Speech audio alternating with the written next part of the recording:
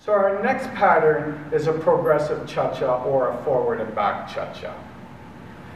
The idea is we're starting with a basic, so we're stepping 1, 2, 3, and cha-cha-cha, 2, 3, and cha-cha-cha. Now at this point, I'm going to go forward and the lady's going to go back. And I'm going to run, run, run, and the lady's going to run, run, run backwards. So we go run, run, run, rock, step, run, run, run, rock, step, run, run, run, rock, step, run, run, run. I pick her back up and we go back into basic cha-cha, rock, step. So let me show that to you again and let me explain the run, run, run.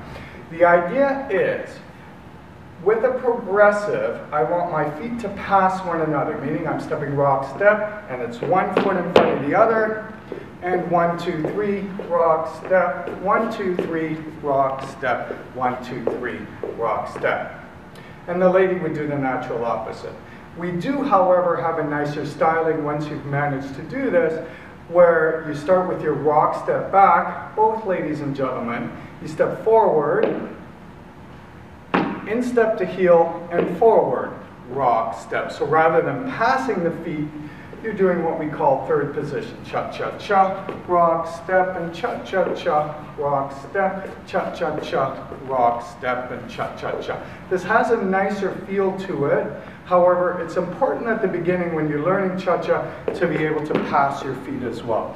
So we'll give an example now of our third position. So we're starting with one basic, 1, 2, 3, cha-cha-cha, 2, 3, and cha-cha-cha, forward and back, cha-cha-cha, cha-cha-cha, cha-cha-cha. Now I can also let the lady go, and cha-cha-cha, and cha-cha-cha, and cha-cha-cha, and cha-cha back into basic, and cha-cha-cha.